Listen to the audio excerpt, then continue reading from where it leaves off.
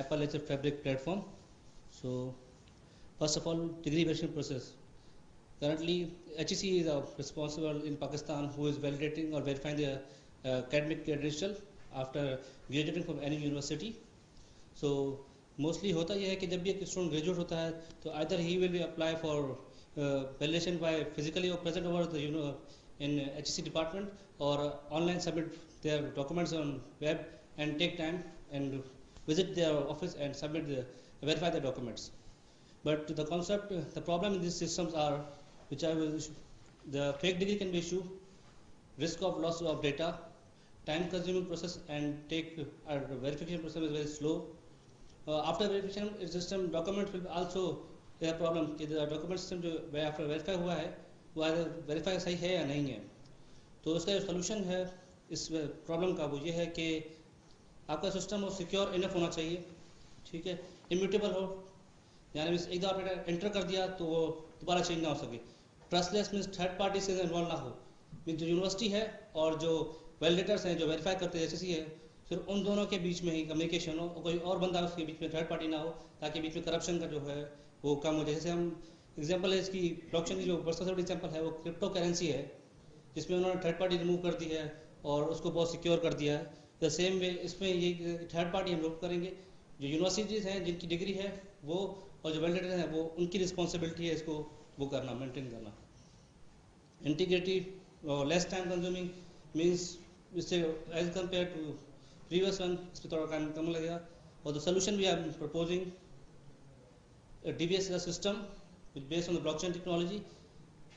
Every time a transition student it is different from the traditional system. Means जब student enrol होगा university में तब से लेकर उसका रिकॉर्ड जो है वो कंटिन्यूसली ब्लॉकचेन में ऐड होता जाएगा और तब से वो वेरीफाई होता रहेगा थ्रू आर द यूनिवर्सिटी खुद उसको वैलिडेट करती रहेगी बाद में. और उसके जो है कि फिर इसमें यानी डिग्री कंप्लीट होने के बाद उसमें फेक डिग्री अटैम्प्ट नहीं कर सकते आप क्योंकि टाइम हर ट्रांजेक्शन एक टाइम पीरियड होता है. तो अगर टाइम बाद में ऐड करेंगे तो पता चल जाएगा कि ये जो डिग्री है ये फेक है क्योंकि ये उस टाइम पे ऐड नहीं हुई जब बैच शुरू हुई थी.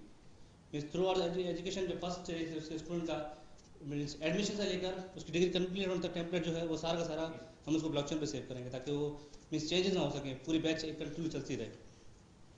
इसमें यह कि इजीली है क्योंकि वेरीफाई इजी है, मीन्स थ्रू आउट वेरीफाई चलती रहती है. तो एट द एंड जब डिग्री आप पूरी होगी आपके पास डिग्री होगी वो वेरीफाई होगी आपकी यूनिवर्सिटी से, फिर आपकी HEC भी उसको वेरीफाई कर दी तो एक बार वेरीफाई हो गई तो उसके बाद वो चेंज नहीं कर सकता कोई उसको. इसके की फीचर्स वो हैं वो ये है कि पहले हम यूज़र क्रिएट करते हैं, जो यूज़र्स हैं इसमें वो ये हैं कि जिनकी रिस्पॉन्सिबिलिटी है वैलिडेट करना, वेरीफाई करना यूनिवर्सिटी डिग्री को.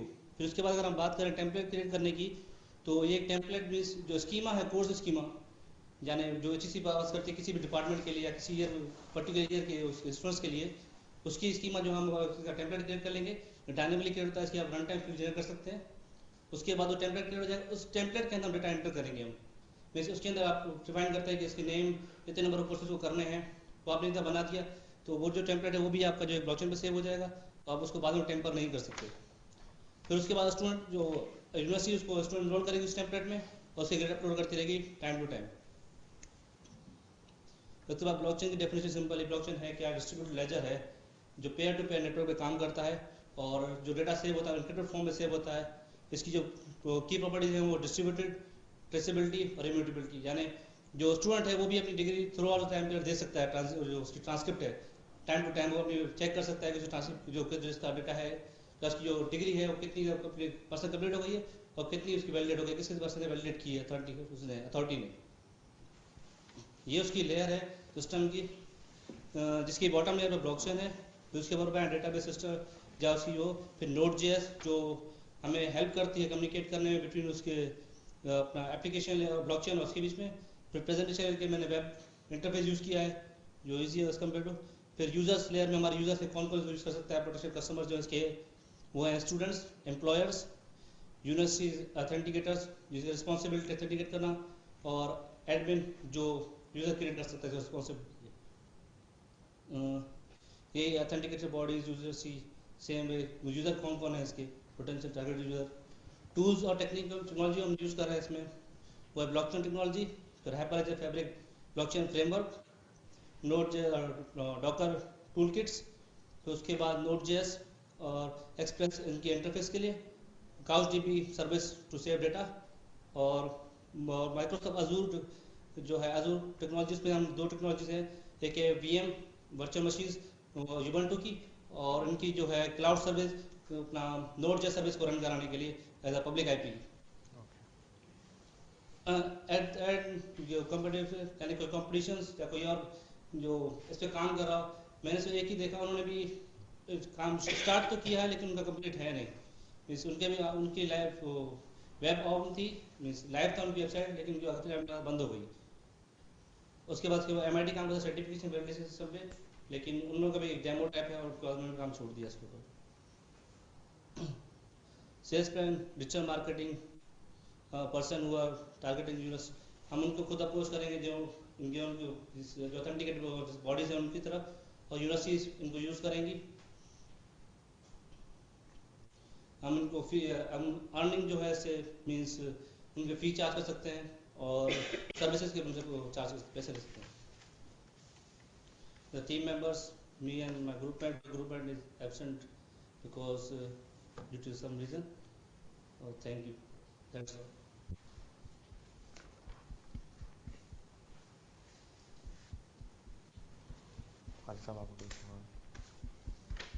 आप कंप्लीट हो गया आपका जी।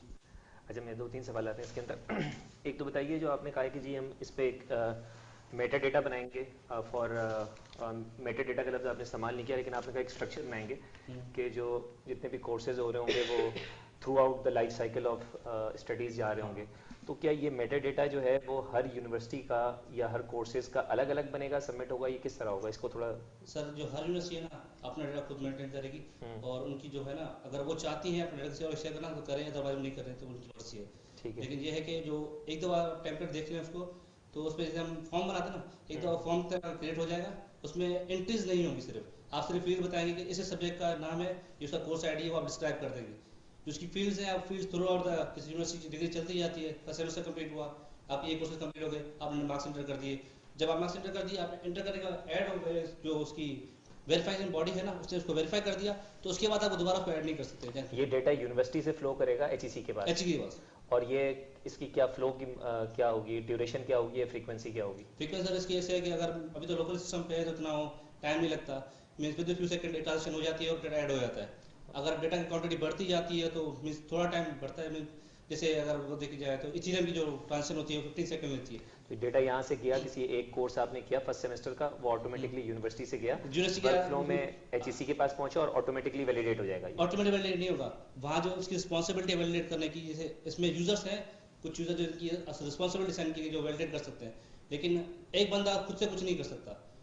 अगर मेरी रिस्पॉन्सिबिलिटी रिजल्ट अपलोड करना, तो खुद से मैं रिजल्ट अपलोड कर वैलिडेट खुद भी नहीं करूँगा, मैं किसी और के बाद मेरे से अपलोड किया। जैसे यूनिवर्सिटी में मोस्टली क्या होता है, असिस्टेंट कंट्रोल जो होते हैं वो रिजल्ट साइन करते हैं, फिर कंट्रोलर पे जाती है। ठीक है, मेकर चेकर कॉन्सेप्ट है, लेकिन मैं ये कह रहा हूँ कि डेटा गया यूनिवर्सिटी में पहुंचा, तो अब यहाँ मेकर कौन है और चेकर कौन है? दो लेवल पे ऑथेंटिकेशन किस तरह होगी? सर, दो लेवल पे ऐसे होगी कि पहले यूनिवर्सिटी वाले खुद चेक करेंगे, फिर उसके बाद ना एचसी के पास जो भी बॉडी हो, एचसी कोई और यूज करता है तो उसके पास जाएगा, वो वेरीफाई करेगा, उसके बाद वेरीफाई होने के बाद वो ऐड हो जाएगी, उसके बाद चेंज नहीं होगी, टेम्पर नहीं होगी। उसके बाद वो टेम्पर नहीं होगी।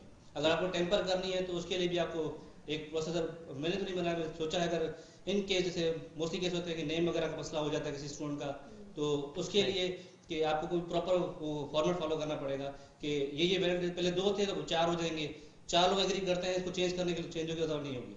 जैसे ब्लॉकचेन में तो जो बिटकॉइन की ब्लॉकचेन है उसमें ये होता है कि 50% अबव पर्सन अगर एग्री करते हैं ना किसी ट्रांजेक्शन पे तो वो चेंज हो जाती है। मोस्टली 3 केसेस हुए हैं कि जो बिटकॉइन की अपनी ब्लॉकचेन है ना वो चेंज हुई है। ठीक है, तो उसमें भी उन्होंने यही फॉर्मूला 50% देखे थे लोगों की ना ट्रांजेक्शन जो बेस्ट करती है, तो उस हिसाब से उन्होंने ब्लॉकचेन को टेम्पर की थी। ठीक है। अगर उसका नाम चेंज हो जाता है या कोर्स में कोई गलती है, तो वो अब सारा डेटा जो है वो 50% से ऊपर पर दोबारा जाएगा डेटा। इसमें 2 कॉन्सेप्ट आते हैं, प्राइवेट और ब्लॉकचेन ना। प्राइवेट और पब्लिक के, पब्लिक में होता है कि हर पर्सन के पास डेटा कॉपी होती है, प्राइवेट में होता है कि कुछ नोड्स होते हैं, ऑथेंटिकेटर होते हैं जिनकी रिस्पॉन्सिबिलिटी होती है कि वो चेंज कर सकते हैं। इसमें वो आपने पब्लिक लगाया, इसमें प्राइवेट लगाया? प्राइवेट है सर, पब्लिक नहीं हो सकता क्योंकि यूनिवर्सिटी अपना डेटा पब्लिक कभी नहीं करना चाहेगी। ठीक है, ठीक है। अच्छा, इसके ओनर्स कौन कौन से? यूनिवर्सिटीज का ओनर है या सिर्फ यूनिवर्सिटी एचईसी है इसका ओनर है? एक्चुअली ये सेल किसको करेंगे आप? सर यूनिवर्सिटीज को। यूनिवर्सिटीज को सर्विसेज देंगे वो यूज़ करने से हम मोस्टली आपने देखा होगा कैंपस प्लेसमेंट सिस्टम करते हैं और एक अलग होगा और एक बार तो उनका भी सेम सिस्टम है, सेम ये भी सिस्टम पूरा कंप्लीट अभी तक मैंने मीन्स एक पायलट टेस्टिंग का जैसे उस टाइप पूरा हो गया मेरा ऑलमोस्ट। ये मेरा FIP है वैसे टेस्ट किया आपने, टेस्ट करवा लिया इसको? टेस्ट तो ये डिप्लॉय करके देखा है मैंने मल्टीपल बेसिस पे और वहाँ से डेटा फैच करके देखा है, टेम्पर नहीं हो रहा और डेटा आ भी जाता है, कॉपी भी हो जाता है सब पे। लाइव करके मैंने अभी तक नहीं देखा। यूनिवर्सिटी को चार्ज कैसे करेंगे? चार्जिंग मॉडल क्या है? सर्विसेज पे पर डिग्री पर सर वो भी मैंने पूरा फ्लो दे दिया, लेकिन जो हमारे टू टीम का विजन है वो ये है कि पहले हम उनको फ्री में देंगे एज सम टाइम वो यूज़ करके देखें, फिर अगर उनको मॉडिफिकेशन करानी है कोई सर्विस चेंज करानी है तो सर्विस वाइज उनको चार्ज करेंगे। ठीक है मतलब थर्ड पार्टी इसके अंदर है जिसने बनाया ये प्रोजेक्ट? सर थर्ड पार्टी जैसे प्राइवेट में जो है ना वो आ जाती है, पब्लिक की बात करें पब्लिक में बिल्कुल नहीं होती, लेकिन प्राइवेट में थोड़ी बहुत आ जाती है। ओनरशिप तो नहीं हुई ना यूनिवर्सिटी की? ओनरशिप तो उसकी हुई जो वेंडर है। सर डेटा तो उनके पास है सारा, जाने मॉडिफिकेशन की अथॉरिटी हमें नहीं है, मॉडिफाई वगैरह सब खुद ही करेंगे, सर्विस में चेंज वगैरह कराना कुछ। डेटाबेस कौन सा यूज करना है इसमें? काउच यूज कर रहे हैं। कुछ है कुछ? Thank you. जी रिकॉर्ड टीम यहाँ पर अपना प्रोजेक्ट पेश कर चुकी है। टीम तो जो बाकी मेंबर्स थे इस टीम के टीम सिपाहियों के वो नहीं आ सके ड्यू टू सम अनसर्टेनिटी जो कि इस वक्त शहर में हमें नज़र आ रही है बादल बरस जाने के बाद, और लेकिन बहरहाल इन्होंने सोली प्रेजेंट किया अपना प्रोजेक्ट और तमाम जो क्वेश्चंस थे उनको आंसर भी किया है। तो जल्दी जल्दी से आगे बढ़ते हैं क्योंकि वक्त का मुकाबला सक बहुत सारे पार्टिसिपेंट जहाँ पर मौजूद है अपने प्रोजेक्ट्स के साथ उनको प्रेजेंट करने के लिए। तो जल्दी से ब्रेक लेते हैं और जल्दी से एक और नई टीम के साथ वापस आते हैं, हमारे साथ रहिए।